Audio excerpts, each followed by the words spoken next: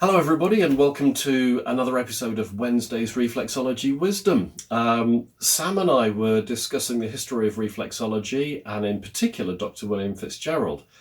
And Sam has come across an absolutely fascinating discovery that he's going to share with you. Yeah, so we were talking about our various programs and how we teach, and one of the things that came up was the history of reflexology. And we know the lineage starts with Dr. William Zitzgerald and then goes to Joe Shelby Riley and then goes to Eunice Ingham.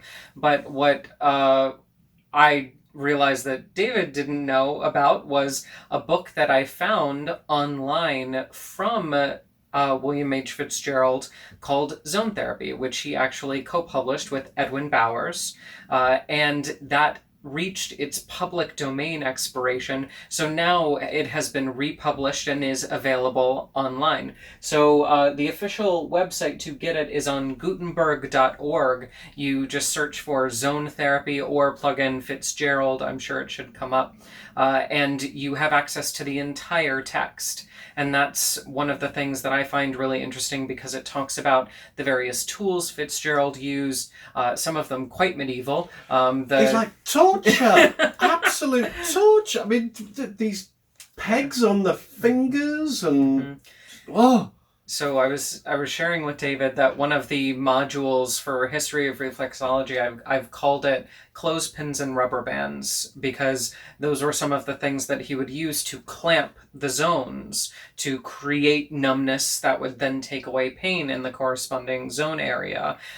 He also talks about painless childbirth through zone therapy using... I didn't know that.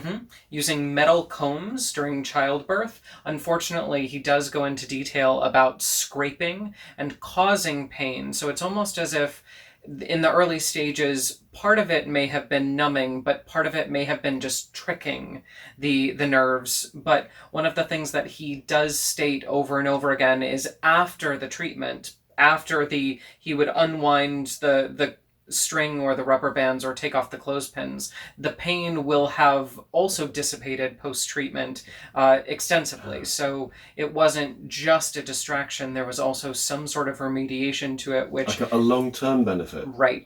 And that's what David was explaining to me about his history with Edwin Bowers. Yeah.